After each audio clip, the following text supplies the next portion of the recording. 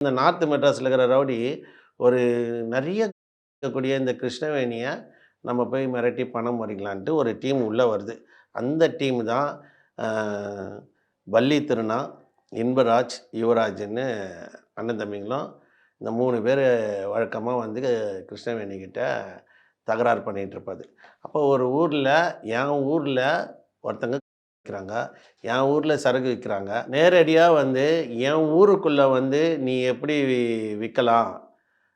வந்து நீ காசு வாங்கலான்ட்டு பள்ளி திருநாவ ஜெயபால் என்றவர் என்ன பண்றாரு, நேரடியா போய் மோதுறாரு. அவரு பெரிய ஆளு, கிரிய ஆளுலாம் வேண்டாம். என் ஊர்ல விக்கிறாங்கன்னா, எனக்கு மாமூல் குடுத்தா போதும். நான் ஏன் ஊருக்கு ஃபுல்லா குடுக்கணுன்ட்டு பண்றாங்க. அப்போ கிருஷ்ணவேணியும் வந்து, நீயும் வாங்கிட்டு போற, அவரும் வாங்கிட்டு போறாரு. உங்க 2க்குள்ள யார் ரவுடி? நான் ஒருத்தருக்கு தான் நான் விக்கிறது வந்து ஒரு பக்கம் போலீஸ் ஒரு சில போலீஸ்காரங்க வாங்குறாங்க. நான் ஜெயிலுக்கு போனா வக்கீலுங்க எடுக்கணும்.